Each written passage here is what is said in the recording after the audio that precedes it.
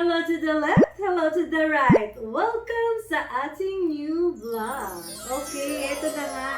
Eto na yung bagong items na naman po na dumating natin galing kay Madam na Ayaw Magpakilala. Kung naalala nyo yung nakaraan natin, nung ang dami kong mga binuksan na mga things na nilet go niya na halos hindi naman niya talaga nagamit. And feeling ko, yung iba dito, ay yung daming Hermes guys. Ang gaganda ng mga boxes ng Hermes. Then dito naman, sa ngayon na napansin ko, medyo maliliit. Dati puro mga shoes, mga bags. Ngayon, ang dami niyang mga maliliit. May mga wallets dito. So, ayan siguro yung mga naiwan na hindi niya naisama before. So, without further ado, let's begin.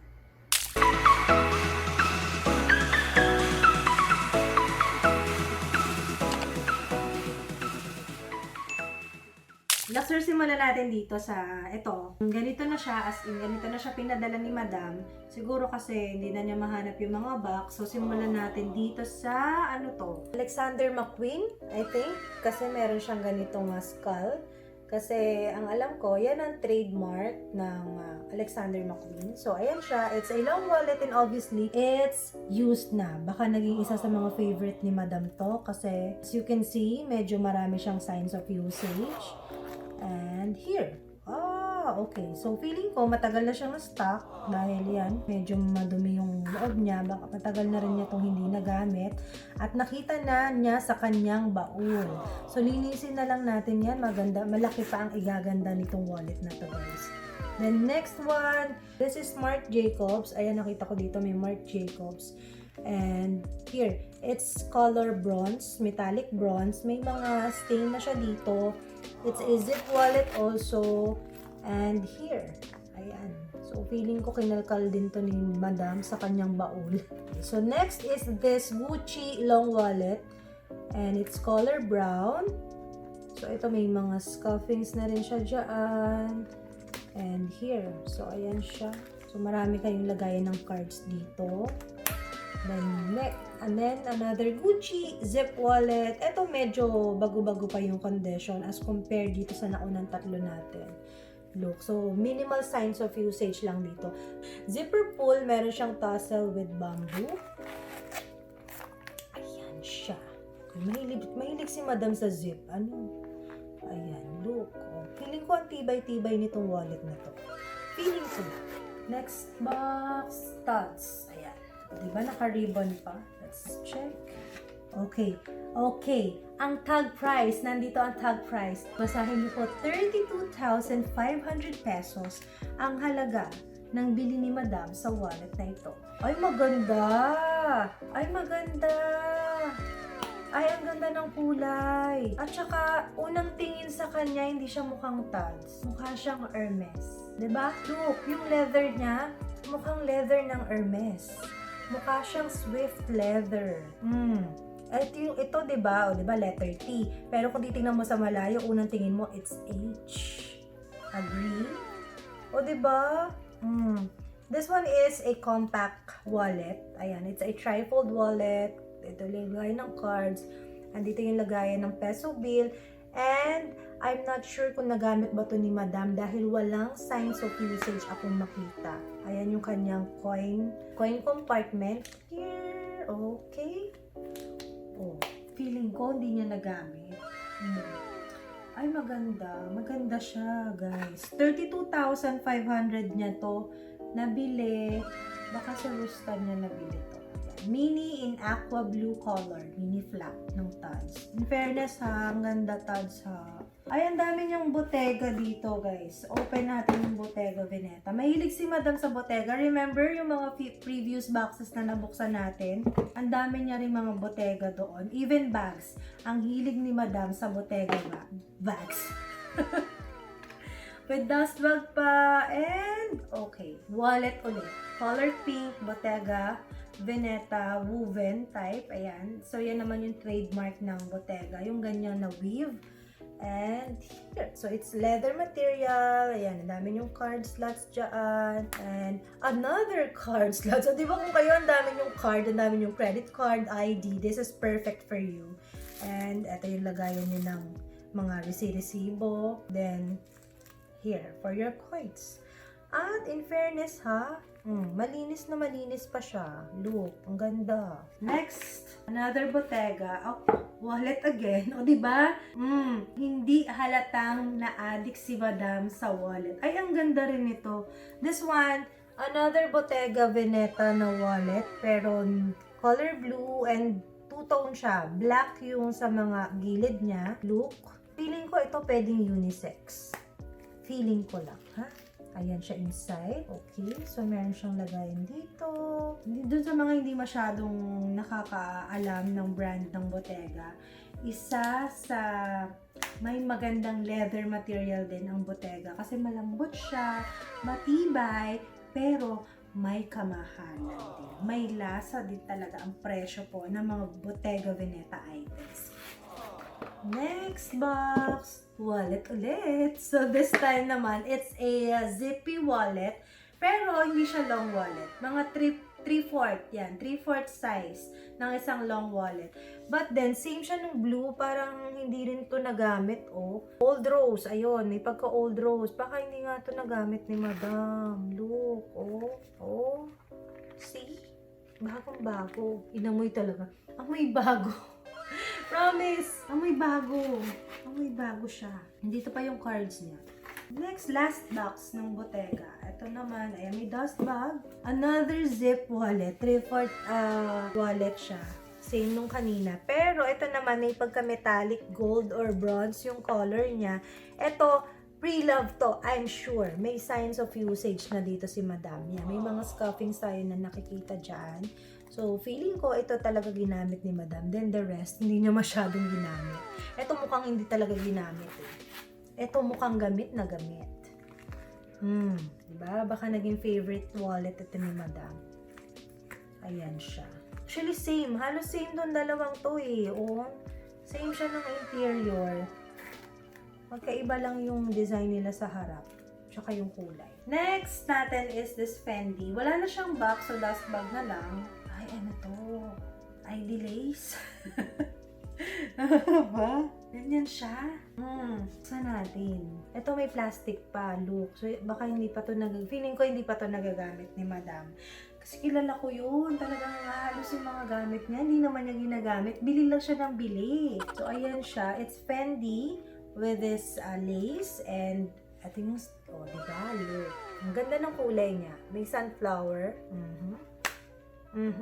Bago nga. Diba? Hindi nga nagamit. So, pwede siyang passport holder, pwede siyang lagayan ng card, o para na rin siyang wallet, pero ang kaibahan, isasabit mo siya sa leeg mo. So, ayan siya. Passport cover. Oh, tama. Passport cover. Ayan. So, orange yung interior niya, yung color ng interior niya, and ito yung naman yung for your coins. Then, pwede nyo lagayan ng mga cards, yung mga singit-singit niya, and mga resibo. So, maganda to pag magta-travel kayo.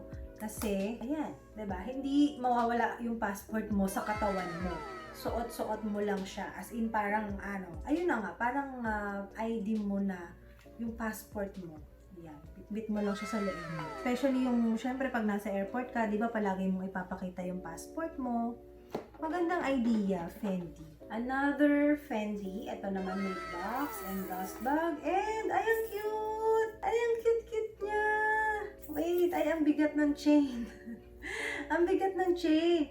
Okay, dual chain siya. So, meron siyang ganitong chain na long strap. Then, meron din siyang ganitong maliit na chain na detachable. So, ito, natatanggal siya. So, feeling ko, pwede mo siyang, ito kasi natatanggal din. Yan, natatanggal din yung long strap. Meron din siyang, yan, yung pinaka-long.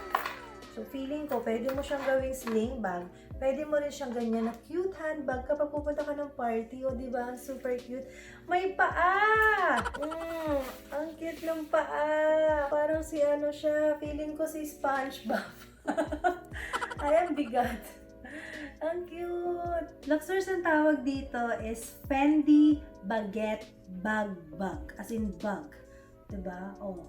Look, sobrang playful niya, as in sobrang cute niya, alam niyo yun, sobrang playful ng design, ang cute-cute, very fluffy yung kanyang feet, ayan, and metal po siya ha, so it's made of steel, Same with yung eyes niya. Yan. Steel din po yung mata niya. And this one, feeling ko hindi rin to nagamit ni Madam. Because as you can see, plastic all intact. At pati yung kanyang stuffings. Andito pa. So, buksan natin para makita niyo yung loob niya. So, ito siya inside. Maliit lang siya. It's micro bag. Hindi kasya ang plus size na cellphone dito. So, meron lang din siyang card holder doon. So, mga lipstick, miniature na perfume, powder, yun lang yung kasya sa kanya. So, it's a party bag. Ayan, ang cute. Super cute. Na-search ko na yung price nito. Brand new price nito, guys, is naglalaro ng 90,000 pesos. Ganun siya kamahal. Ang liit, pero ang mahal. Pero ang cute niya, oh. Diba? Magugustuhan to ni Chanel. So now, meron tayong webe box dito. And, okay, may booklet. Okay. Oh, strap! Akala ko wallet na naman. Okay, so we have this bag strap. Pero wait lang.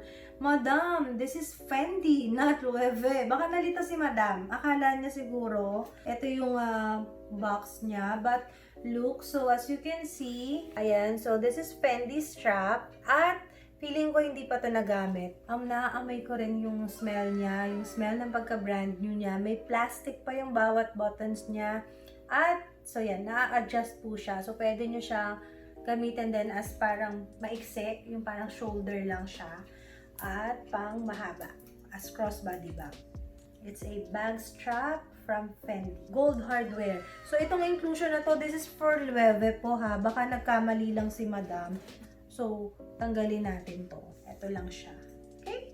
May isang naiwan na Bottega dito, guys. Na naka-dust bag. And this is a wristlet. It's a pouch from Bottega Veneta, color blue. Ayan siya. And still, bagong-bago pa yung condition. But feeling ko nagamit na to ni Madam. But few times lang siguro. So may mga nakikita akong few signs of usage. Ayan. But still, overall, maganda pa siya talaga. So open natin. Ayun siya inside. Look, yung compartment sa loob. Andito pa rin yung cards niya. Ayan, so may lagayin kayo ng cards dito. Then dito sa unahan, so may pocket siya dyan. At sa likod, may extra zipper compartment kayo. Look. Diba? Ang hilig ni Madam sa Bottega. Next is, Louis Vuitton na tayo, guys. Na-excite ako kasi meron siya sinabi sa akin kanina na pag nagkasya sa akin, ano kaya yun? Pag may nagkasya, akin na. Ano kaya yun? Unahin muna natin to, guys. Ayan. So, ano to? Padlock. Okay, padlock. Wala yung susi. So, hindi rin siya magagamit. Ano to? Ito. Ayan. So, ito. Feeling ko ito yon. Yan. Yung susi niyan. May mga code po yan, ha. So, check natin kung para saan yung susi na to. So, may code siya dito na 434. So, this one is 448 code. Dito natin makikita. Ayan. Yun yung code po. 434. So, meaning, match itong key na to dito sa padlock. So, for this one naman, check natin yung key. This is for empreinte leather material. This one is... Ayan. So, this is 448. 448 yung code niya. So, dito, ayun, match sila. 448. So, next wallet. May ganito din si Madam. Meron siyang old wallet niya to. Pero, obviously, hindi niya masyadong nagamit. So, this is Murakami, multicolor black na Louis Vuitton wallet. Yan. So, isa sa mga limited edition po ng Louis Vuitton yan. And look, see, halatang hindi niya masyadong nagamit to. Kasi kung gamit na gamit niya yan, dapat hindi ganyan ang kulay niyan. So, ito, yung loob niya for your coins. Then, for the peso bill, may pera. May lucky! Yung lumang 20 pesos. Diba? Ito yung luma pa. Lumang 20 pesos. O, wag natin tanggalin para swerte. Diba? Malay nyo, baka itong wallet na to ang wallet na maswerte. O, maging kasing yaman natin si Madam, di ba? Ito lang yung nakita kong signs of usage niya. Ito lang, itong part na to, medyo may dirt siya dito. But overall, as in, fresh pa yung wallet talaga. Then next one, Grabe, ang dami niyang wallet. Okay, ito, Louis Vuitton Monogram wallet. Isa sa mga old wallets din before ng Louis Vuitton. So, feeling ko ito mga nakalkal niya talaga sa baol niya. Na hindi rin niya ito masyadong ginamit. Look. Baka may pera din dito. Ito, meron uso pa dati yung ganito may transparent. Then, ito yung inyong card slots. O, diba? Here, epi leather material naman. This one, 3/4 sized wallet. Epi leather. And check natin. Condition, look, walang masyadong scuffings. Still good as new. Diba? So, malinis na malinis po yung loob niya. And last, may dust mo pa. Okay. This one is a Louis Vuitton organizer zippy wallet. Parang ganon. Zippy organizer wallet. Parang ganon. Dami event siya. So, malaki siya than a regular long zip wallet. So, may pagka-organizer yung dating niya. Feeling ko kasha ang checkbook dito. So, ayan siya. Heavy duty. Yes. Heavy duty yung ganitong klaseng wallet. Wallet organizer. O ba, may pa ballpen. Madam, di mo tinanggal yung ballpen mong Juicy Couture. Oh, may Juicy Couture ballpen ka pa dito. Ayan, may tinta pa kaya ito. Pero ayan siya, Madam, Juicy Couture ballpen mo. So, ayan siya. And the condition ng wallet, ang ganda pa rin po, ha? In fairness to Madam, talaga. As in, every time, lahat ng mga pinapadala niya sa akin, talagang ang gaganda. So, dito yung lagayan ng checkbook niyo. Ayan. So, next box. So, ito last Louis Vuitton box natin for today. And, ay, ang ganda ng dust bag. Kakaiba yung dust bag niya. Malambot. Malambot na color pink. At look. Ibang level ang dust bag niya. Luxers. Tingnan nyo. Dust bag pa lang, feeling ko bag na. May vachetta leather yung kanyang dust bag, no? Iba. Ay. Oh my God! Louis Vuitton na pambahay na tsinelas. Ito ba yun? Ito ba yung sinasabi mo, Madam, na pag nagkasya sa akin, akin na lang? Ay! Ay, ang ganda. Look nyo, ang ganda. Eh, maliit yung paa ni Madam. Kasya kaya? 35 to 36 yung nakalagay. Hindi niya nagamit po. Louis Vuitton Paris sa ilalim. Wait nga, excited na ako. Sukat natin. Kailangan magkasya ka. Pero anong nangyari? Bakit ayaw mo na siya? Ginamit mo ba? Lipstick holder na may pa-mirror pa. Ang cute! Anong gagawin ko dito? Down to our last box, Luxers. Eto na. May hula ba kayo kung ano?